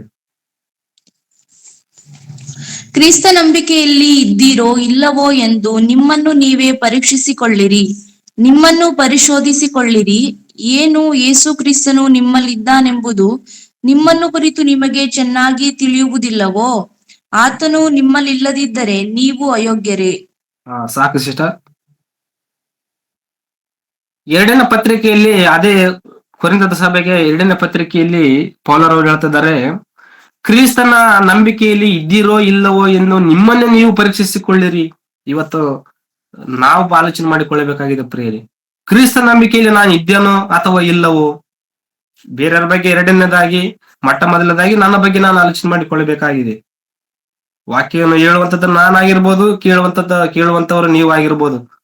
ಕ್ರಿಸ್ತನ ನಂಬಿಕೆಯಲ್ಲಿ ಇದ್ದೀರೋ ಇಲ್ಲವೋ ಎಂದು ನಿಮ್ಮನ್ನು ನೀವೇ ಪರೀಕ್ಷಿಸಿಕೊಳ್ಳಿರಿ, ನಿಮ್ಮನ್ನು ಪರಿಶೋಧಿಸಿಕೊಳ್ಳಿರಿ. ಏನು? ಯೇಸು ಕ್ರಿಸ್ತನು ನಿಮ್ಮಲ್ಲಿದ್ದಾನೆ ಎಂಬುದು ನಿಮ್ಮನ್ನು ಕುರಿತು ನಿಮಗೆ ಚೆನ್ನಾಗಿ ತಿಳಿದಿಲ್ಲವೋ? ಆತನು ನಿಮ್ಮಲ್ಲಿ ಇಲ್ಲದಿದ್ದರೆ ನೀವು ಅಯೋಗ್ಯರೇ. ನಾವ್ ಏನ್ ಅನ್ಕೊಂಡ್ಬಿಡ್ತಿದ್ದೇವೆ ಅಂತ ಅಂದ್ರೆ, ಕ್ರಿಸ್ತನನ್ನು ನಾವು ನಮ್ಮ ಹೃದಯದಲ್ಲಿ ಇದ್ದಾನೆ ಬ್ರದರ್, ನಮ್ಮ ಹೃದಯದಲ್ಲಿ ಯೇಸು ಕ್ರಿಸ್ತನಿದ್ದಾನೆ, ನಮಗೆ ವಾಕ್ಯ ನಮಗೆ ಚೆನ್ನಾಗಿ ಗೊತ್ತಿದೆ ಅಂತೇಳಿ ನಾವು ಹೋಗ್ತಾ ಇರ್ತೀವಿ ಪ್ರಿಯರೇ. ಅಂದ್ರೆ ಯೇಸು ಕ್ರಿಸ್ತನು ನಮ್ಮಲ್ಲಿ ಇರುವುದಾದ್ರೆ ಯೇಸು ಕ್ರಿಸ್ತನ ಗುಣಗಳೇ ನಮಗೆ ಕಾಣಬೇಕಾಗಿದೆ, ಎದ್ದು ಕಾಣಬೇಕಾಗಿದೆ. ಹೇಳುವಂತ ನಮ್ಮ ಬದುಕಿನಲ್ಲಿ ಯಾವ ಗುಣಗಳು ಕಾಣ್ತಾ ಇದ್ದವು ಸಮಾಜದಲ್ಲಿ? ವಾಕ್ಯವನ್ನು ಹೇಳಿದಂತ ನಾವು ಕ್ರಿಸ್ತನ ಗುಣಗಳು ನಮ್ಮಲ್ಲಿ ಕಾಣುವುದಾದರೆ, ಆ ಗುಣಗಳು ಕ್ರಿಸ್ತನ ಗುಣಗಳು ಇರುವುದಾದರೆ ನಾವು ಕ್ರಿಸ್ತನ ನಮ್ಮಲ್ಲಿ ಇದ್ದಾನೆ ಅಂತೇಳಿ ನಾವು ಆಲೋಚನೆ ಮಾಡಿಕೊಳ್ಳಬೇಕಾಗಿದೆ. ಕ್ರಿಸ್ತನ ಗುಣಗಳು ನಮ್ಮಲ್ಲಿ ಇಲ್ಲದಿರೋದ್ರಿಂದ ನಾವು ಕ್ರಿಸ್ತನ ಶಿಷ್ಯಂದ್ರು ನಾವು ಅಲ್ಲಂತೇಳಿ, ಅಥವಾ ಕ್ರಿಸ್ತನಿಂದ ನಾವೇ ದೂರವಾಗಿದ್ದೇವೆ ಅಂತೇಳಿ ನಾವು ಡಿಕ್ಲೇರ್ ಮಾಡಿಕೊಳ್ಬೇಕಾಗಿದೆ ಪ್ರಿಯರೇ. ಎಚ್ಚರಿಕೆ ಮಾತಾಗಿದೆ. 1ನೇ ಶತಮಾನದಲ್ಲಿ ಕೊರಿಂಥದವರಿಗೆ ಹೇಳುವಂತ ಮಾತಿನಿಂದ ಇವತ್ತು ಅದೇ ಮಾತು ನಮ್ಮನ್ನು ಸಹ ಎಚ್ಚರಿಸುವಂತದ್ದಾಗಿದೆ. ಈ ಕೊನೆಯ ದಿನಗಳಲ್ಲಿ ಕ್ರಿಸ್ತ ನಂಬಿಕೆಯಲ್ಲಿ ಇದ್ದಿರೋ ಇಲ್ಲವೋ ಒಂದು ಸಲ ನಿಮ್ಮನ್ನು ನೀವು ಆಲೋಚನೆ ಮಾಡಿಕೊಳ್ಳಿರಿ, ನಿಮ್ಮನ್ನು ನೀವು ಪರಿಶೋಧನೆ ಮಾಡಿಕೊಳ್ಳ್ರಿ ಅಂತೇಳಿ ಎಚ್ಚರಿಕೆ ಮಾತನ್ನು ಕೇಳ್ತಾ ಇದ್ದಾರೆ ಪ್ರಿಯರೇ. ಯಾಕಂದ್ರೆ ವಾಕ್ಯ ಹೇಳುವಂತ ನಾನಾಗಿರ್ಬೋದು, ಕೇಳುವಂತ ನೀವಾಗಿರ್ಬೋದು, ಮತ್ತೊಂದು ಸಾರಿ ವಾಕ್ಯವನ್ನು ಕೇಳೋದಕ್ಕೆ ಅವಕಾಶ ಇದನೋ ಇಲ್ಲವೋ ಗೊತ್ತಿಲ್ಲ ಪ್ರಿಯರೇ. ಯಾಕಂದ್ರೆ ನಮ್ಮ ಜೀವಿತ ಹೂವಿನಂತಿದೆ, ಹಬೆಯಂತಿದೆ, ಹುಲ್ಲಿನಂತಿದೆ ಎಂಬುದಾಗಿ ಕ್ರಿಸ್ತ ನಮಗೆ ತೋರಿಸಿರುವಾಗ ಇವತ್ತು ನಮ್ಮ ಬದುಕನ್ನು ಈಗಲಾದ್ರೂ ನಾವು ಸರಿಪಡಿಸಿಕೊಳ್ಳೋಣ. ನಮ್ಮ ಬದುಕುಗಳನ್ನು ನಾವು ಕಾಪಾಡಿಕೊಳ್ಳೋಣ. ರಕ್ಷಣೆ ಕವಚವನ್ನು ದುಷ್ಟನ ಕದಿಯದಂತೆ ಅದು ಬಹಳ ಜಾಗೃತೆಯಿಂದ ನಾವು ಕಾಪಾಡಿಕೊಳ್ಳೋಣ ಪ್ರಿಯರೇ. ಕೊನೆಯ ಕಾಲಘಟ್ಟದಲ್ಲಿರುವಾಗ ಬಹಳ ಎಚ್ಚರಿಕೆಯಿಂದ ಜೀವನ ಮಾಡಬೇಕಾಗಿದೆ. ನಮ್ಮ ಜೀವಿತವನ್ನು ಸರಿಪಡಿಸಿಕೊಳ್ಳಬೇಕಾಗಿದೆ. ನಾವು ಕೇಳಿದಂತ ವಾಕ್ಯಗೆ ಅನುಗುಣವಾಗಿ ನಡಿಬೇಕಾಗಿದೆ ಪ್ರಿಯರೇ. ಯಾಕಂದ್ರೆ ದೇವರು ನಮ್ಮನ್ನು ಎಷ್ಟು ಪ್ರೀತಿಸಿದ್ದಾನಂತಂದ್ರೆ, ನಾವು ಹುಟ್ಟಿನಿಂದ ಇಲ್ಲಿವರೆಗೂ ಎಷ್ಟೋ ಅಪಾಯಗಳಿಂದ, ಎಷ್ಟೋ ಕಷ್ಟಗಳಿಂದ, ನಷ್ಟಗಳಿಂದ, ರೋಗಗಳಿಂದ, ಬಾಧೆಗಳಿಂದ ದೇವರು ನಮ್ಮನ್ನು ಬಲಪಡಿಸ್ತಾ ಇಲ್ಲಿ ಈ ದಿನದವರೆಗೆ ನಮ್ಮನ್ನು ಕರೆದುಕೊಂಡು ಬಂದಿದ್ದಾನೆ ಪ್ರಿಯರೇ. ಅಂದ್ರೆ ದೇವರ ಕನಿಕರವನ್ನು, ದೇವರ ಕೃಪೆಯನ್ನು ನಾವೇನು ಒಂದು ವೇಳೆ ತಾತ್ಸಾರ ಮಾಡೋದಾದ್ರೆ ನಾವು ಬಹಳ ಕಠಿಣವಾಗಿ ನಮ್ಮ ಕೊನೆಯ ದಿನಗಳಲ್ಲಿ ಬಹಳ ಕಠಿಣವಾಗಿರ್ತವೆ ಎಂಬುದಾಗಿ ನಾವು ತಿಳಿದುಕೊಳ್ಳಬೇಕಾಗಿದೆ ಪ್ರಿಯರೇ. ಅದೇ ರೀತಿಯಾಗಿ ಕೊನೆಯ ವಚನವನ್ನು ನೋಡಿಕೊಂಡು ನಾವು ಮುಕ್ತಾಯ ಮಾಡಿಕೊಳ್ಳೋಣ ಪ್ರಿಯರೇ. ಕೊರಿಂಥದವರಿಗೆ ಬರೆದ ಮೊದಲನೇ ಪತ್ರಿಕೆ 10ನೇ ಅಧ್ಯಾಯ 12ನೇ ವಚನದಲ್ಲಿ ನೋಡೋಣ. ಆದ ಕಾರಣ ನಿಂತಿದ್ದೇನೆಂದು ನೆನೆಸುವವನು ಬೀಳದಂತೆ ಎಚ್ಚರಿಕೆಯಾಗಿರಲಿ. ಮನುಷ್ಯರು ಸಹಿಸಬಹುದಾದ ಶೋಧನೆಯ ಹೊರತು ಬೇರೆ ಯಾವುದೂ ನಿಮಗೆ ಸಂಭವಿಸಲಿಲ್ಲ. ದೇವರು ನಂಬಿಗಸ್ತನು. ಸಾಕು ಸಿಸ್ಟರ್. ಏನ್ ಹೇಳ್ತದಾರ ಅಂತಂದ್ರೆ, ಈ ಸಂದೇಶದಲ್ಲಿ ಕೊನೆಯದಾಗಿ ದೇವರು ನಮಗೆ ಎಚ್ಚರಿಸುವಂತ ಮಾತು ಏನಾದರೂ ಇದ್ರೆ ಅದು ಕೊನೆಯ ಮಾತು ಇದು ಪ್ರಿಯರೇ. ಏನಂತಂದ್ರೆ, ಆದ ಕಾರಣ ನಿಂತಿದ್ದೇನೆಂದು ನೆನೆಸುವನು ಬೀಳದಂತೆ ಎಚ್ಚರಿಕೆಯಾಗಿರಲಿ. ಇವತ್ತು ನಾವು ಕ್ರಿಸ್ತನಲ್ಲಿ ನಿಂತಿದ್ದೇವಾ ಅಂತೇಳಿ ಒಂದು ವೇಳೆ ನಾವು ದೃಢವಾಗಿ ನಂಬಿರುವುದಾದರೆ ಆ ಕ್ರಿಸ್ತನ ನಂಬಿಕೆಯಿಂದ ನಾವು ಜಾರಿ ಹೋಗದಂತೆ, ಬಿದ್ದು ಹೋಗದಂತೆ ಎಚ್ಚರಿಕೆಯಾಗಿ ನಾವು ಜೀವನ ಮಾಡ್ಬೇಕಂತೇಳಿ ಕೊನೆಯದಾಗಿ ಈ ಮಾತು ನಮ್ಮನ್ನು ಎಚ್ಚರಿಸುವಂತದ್ದಾಗಿದೆ ಪ್ರಿಯರೇ. ಏಕೆಂದರೆ ಎಷ್ಟೋ ಜನ ನಿಂತಿದ್ದೇವಂತೇಳಿ ಬಿದ್ದು ಹೋಗಿಬಿಟ್ಟಿದ್ದಾರೆ. ಇವತ್ತು ನಾವು ನಿಂತಿದ್ದೇವಾ, ಬಿದ್ದಿದ್ದೇವಾ, ಇವತ್ತು ನಮ್ಮನ್ನು ನಾವು ಆಲೋಚನೆ ಮಾಡಿಕೊಳ್ಳೋಣ ಪ್ರಿಯರೇ. ಯಾಕಂದ್ರೆ ಕ್ರಿಸ್ತನ ರಾಜ್ಯದಲ್ಲಿ ನಾವು ಜನರನ್ನು ಸೇರಿಸಿರ್ತಕ್ಕಂಥ ನಾವು ಸೇರಿಸಿದ ಮೇಲೆ ರಾಜ್ಯದಿಂದ ನಾವು ನಿಧಾನಕ್ಕಾದರೂ, ಅಂದ್ರೆ ನಮಗೆ ಗೊತ್ತಿಲ್ಲದ ರೀತಿಯಲ್ಲಿ ನಾವು ಜಾರಿ ಹೋಗ್ತಿದ್ದೇವಾ, ಬಹಳ ಎಚ್ಚರಿಕೆಯಿಂದ ಒಂದು ವೇಳೆ ಜಾರಿ ಹೋಗುವಂತ ರೀತಿಯಲ್ಲಿ ನಾವಿರುವುದಾದರೆ ಮತ್ತೆ ನಾವು ತಿರುಗಿ ಕ್ರಿಸ್ತನ ಬಳಿಗೆ ಬರೋಣ ಪ್ರಿಯರೇ. ತಿಳಿಯದು ಒಂದು ವೇಳೆ ತಪ್ಪುಗಳನ್ನು ಮಾಡಿದ್ರೆ ನಾವು ಖಂಡಿತವಾಗಿ ಮತ್ತೆ ಮೊಣಕಾಲೂರಿ ದೇವರ ಬಳಿಯಲ್ಲಿ ಬಂದು ನಾವು ಪ್ರಾರ್ಥನೆ ಮಾಡಿ ನಮ್ಮ ತಪ್ಪುಗಳನ್ನು ಒಪ್ಪಿಕೊಂಡು ನಾವು ಕ್ರಿಸ್ತನನ್ನು ಅಪ್ಪಿಕೊಳ್ಳುವುದಾದರೆ ಕ್ರಿಸ್ತನು ನೀತಿವಂತನು, ಸತ್ಯವಂತನು, ಪ್ರೀತಿಮಯನಂತೇಳಿ ನಾವು ನೋಡಿದ್ದೇವೆ ಪ್ರಿಯರೇ. ಮತ್ತೊಂದು ಸಾರಿ ಆತ ದೇವರು ನಮ್ಮನ್ನು ಅಪ್ಪಿಕೊಂಡು ನಮ್ಮನ್ನು ಆತ್ಮಗಳನ್ನು ಬಲಪಡಿಸುವುದಕ್ಕೆ ಆತನಿಗೆ ಸಾಮರ್ಥ್ಯ ಇದೆ. ಹಾಗಾಗಿ ನಾವು ಒಂದು ವೇಳೆ ತಪ್ಪಿ ನಡೆಯುವುದಾದರೆ ನಮಗೆ ಕಠಿಣವಾಗಿ ತೀರ್ಪಾಗುತ್ತೆ. ತಪ್ಪುಗಳನ್ನು ತಿದ್ದಿಕೊಂಡು ಇವತ್ತಾದರೂ ನಮ್ಮ ಬದುಕುಗಳನ್ನು ಬದಲಾವಣೆ ಮಾಡಿಕೊಂಡು ನಾವು ಕ್ರಿಸ್ತನ ಬಳಿಗೆ ಬರೋಣ ಅಂತೇಳಿ ಹೇಳುತ್ತಾ ಈ ಮಾತುಗಳಿಂದ ನಿಮ್ಮನ್ನು ಬಲಪಡಿಸಲಿ ಪ್ರಿಯರೇ. ಕಣ್ಮುಚ್ಚಿದ್ರೆ ಪ್ರಾರ್ಥನೆ ಮಾಡಿಕೊಳ್ಳೋಣ. ಪರಲೋಕದಲ್ಲಿ ನಮ್ಮ ತಂದೆಯಾದ ದೇವ, ನಿಮಗೆ ಸ್ತೋತ್ರಗಳು, ಕೃತಜ್ಞತೆಗಳು ತಂದೆ.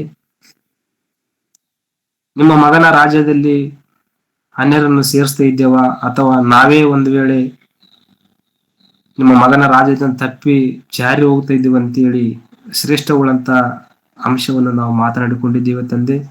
ಹೌದು ತಂದೆ, ಎಷ್ಟೋ ಜನ ತಂದೆ ಈ ರೀತಿಯಿಂದ ರಾಜ್ಯದಲ್ಲಿ ಸೇರಿಸಿರ್ತಕ್ಕಂಥ ಜನರು ತಮಗೆ ಗೊತ್ತಿಲ್ಲದ ರೀತಿಯಲ್ಲಿ ಕ್ರಿಸ್ತನ ರಾಜ್ಯದಿಂದ ದೂರ ಆಗುವಂತದ್ದನ್ನು ನಾವು ನೋಡ್ತಾ ಇದ್ದೀವಿ ತಂದೆ. ನಾವಾದರೂ ಕ್ರಿಸ್ತನ ರಾಜ್ಯದಲ್ಲಿ ಸ್ಥಿರವಾಗಿ ನಿಂತುಕೊಂಡು ಕ್ರಿಸ್ತನ ಒಳ್ಳೆಯ ಸೈನಿಕನಂತೆ, ಕ್ರಿಸ್ತನ ರಾಯಭಾರಿಯಾಗಿ ದೇಹದಲ್ಲಿ ಉಸಿರಿರುವವರೆಗೂ ತಂದೆ ನಿಮ್ಮ ಮಗನ ಕ್ರಿಸ್ತನ ಸತ್ಯ ಸುವಾರ್ತೆಯನ್ನು ಹೇಳುವಂತ ರೀತಿಯಲ್ಲಿ ನಮ್ಮನ್ನು ಮಾರ್ಪಡಿಸಿ ತಂದೆ. ಎಷ್ಟೋ ಜನ ವಾಕ್ಯಗಳನ್ನು ಕೇಳಿದ್ದಾರೆ ತಂದೆ, ವಾಕ್ಯದಂತ ರೀತಿಯಲ್ಲಿ ಬದುಕೋದಕ್ಕಾಗಿ ಸಹಾಯ ಮಾಡಿರ್ತಂದೆ. ಇಲ್ಲಿವರೆಗೂ ನಿಮ್ಮ ಮಕ್ಕಳು ತಂದೆ ಶಾಂತ ರೀತಿಯಲ್ಲಿ ನಿದ್ದೆಯನ್ನು ಪಕ್ಕಕ್ಕಿಟ್ಟು ತಂದೆ ನಿಮ್ಮ ಸನ್ನಿಧಿಯಲ್ಲಿ ಬಂದಿರುವಾಗ ಆ ಮಕ್ಕಳನ್ನು ಕನಿಕರಿಸಿರಿ, ಕಾಪಾಡ್ರಿ. ವಾಕ್ಯದ ಮುಖಾಂತರವಾಗಿ ಅವರು ಬಲ ಹೊಂದಿದ್ದಾರೆ ಅಂತೇಳಿ ನಾನು ನೆನೆಸುತ್ತೇನೆ ತಂದೆ. ಅನಾರೋಗ್ಯದಲ್ಲಿರ್ತಕ್ಕಂಥ ನಿಮ್ಮ ಮಕ್ಕಳನ್ನು ಸಹ ನೆನಪು ಮಾಡಿಕೊಳ್ಳ್ರಿ ತಂದೆ. ನಿಮ್ಮ ಚಿತ್ತಾನುಸಾರವಾಗಿ ಅವರ ಆರೋಗ್ಯವನ್ನು ಕೊಟ್ಟು ಬಲ ಹೊಂದಿ ತಂದೆ ಕ್ರಿಸ್ತನ ರಾಜ್ಯ ಸತ್ಯ ಸುವಾರ್ತೆಯನ್ನು ಸಾರುವ ಒಂದು ಜವಾಬ್ದಾರಿಯನ್ನು ಹೊಂದಿಕೊಂಡಿರ್ತಕ್ಕಂಥ ನಾವೆಲ್ಲರೂ ನಿಮ್ಮ ವಾಕ್ಯದ ಪ್ರಕಾರ ಬದುಕುವುದಕ್ಕಾಗಿ ಸಹಾಯ ಮಾಡಿರ್ತಂದೆ. ಮತ್ತೊಂದು ಬಾರಿ ತಂದೆ ತಲೆ ಬೈರ್ತಕ್ಕಂಥ ನಮ್ಮೆಲ್ಲರೂ ತಂದೆ ನಿಮ್ಮ ಪಾದಪೀಠಕ್ಕೆ ಒಪ್ಪಿಸಿಕೊಡುತ್ತಾ ನಿಮ್ಮ ಚಿತ್ತದಂತೆ ಎಲ್ಲವೂ ನೆರವೇರಲಿ ಅಂತೇಳಿ ಬೇಡಿಕೊಳ್ಳುತ್ತಾ ಈ ಚಿಕ್ಕ ಪ್ರಾರ್ಥನೆಯನ್ನು ನಿಮ್ಮ ಮುದ್ದು ಮಗನು ನಮ್ಮ ರಕ್ಷಕನು ಒಡೆಯನಾದಂತ ಪ್ರಭು ಯೇಸು ಕ್ರಿಸ್ತರ ನಾಮದಲ್ಲಿ ಬೇಡಿ ಹೊಂದಿದ್ದೇವಪ್ಪ ಪರಲೋಕದಲ್ಲಿ ನಮ್ಮ ತಂದೆಯೇ, ಆಮೇನ್. ತಂದೆಯಾದ ದೇವರ ಪ್ರೀತಿಯು, ಯೇಸು ಕ್ರಿಸ್ತರ ಕೃಪೆಯು, ಪವಿತ್ರಾತ್ಮರ ಅನುನಿತ್ಯ ಸಹವಾಸವು ಕೇಳಿರ್ತಕ್ಕಂಥ ಎಲ್ಲ ದೈವ ಮಕ್ಕಳ ಮೇಲೆ ಯೇಸು ಕ್ರಿಸ್ತನ ಎರಡನೇ ಆಗಮನದವರೆಗೂ ಸದಾ ನೆಲೆಯಾಗಿರಲಿ ತಂದೆ. ಆಮೇನ್. ಎಲ್ರಿಗೂ ಒಳ್ಳೆಯದು.